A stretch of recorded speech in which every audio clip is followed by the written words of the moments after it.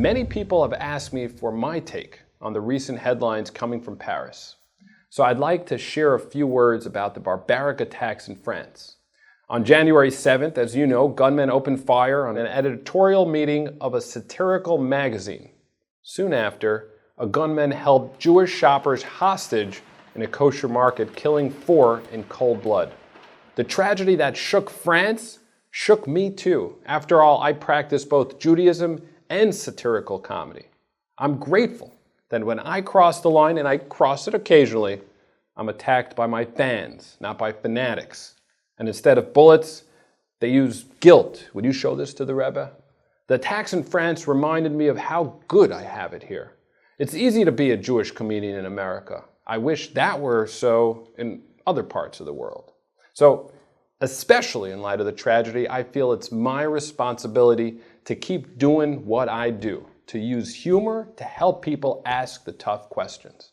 Like everyone in the media was calling this place a kosher deli. Why?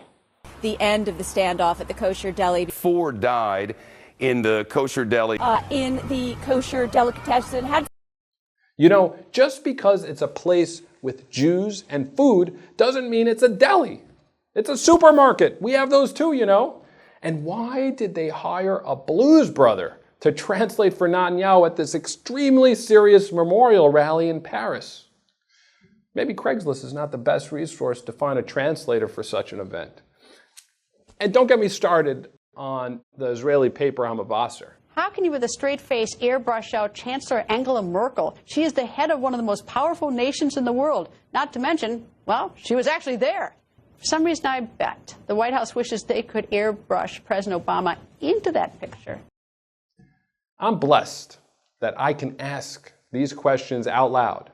And I thank you from the bottom of my heart for giving me the opportunity to do my shtick.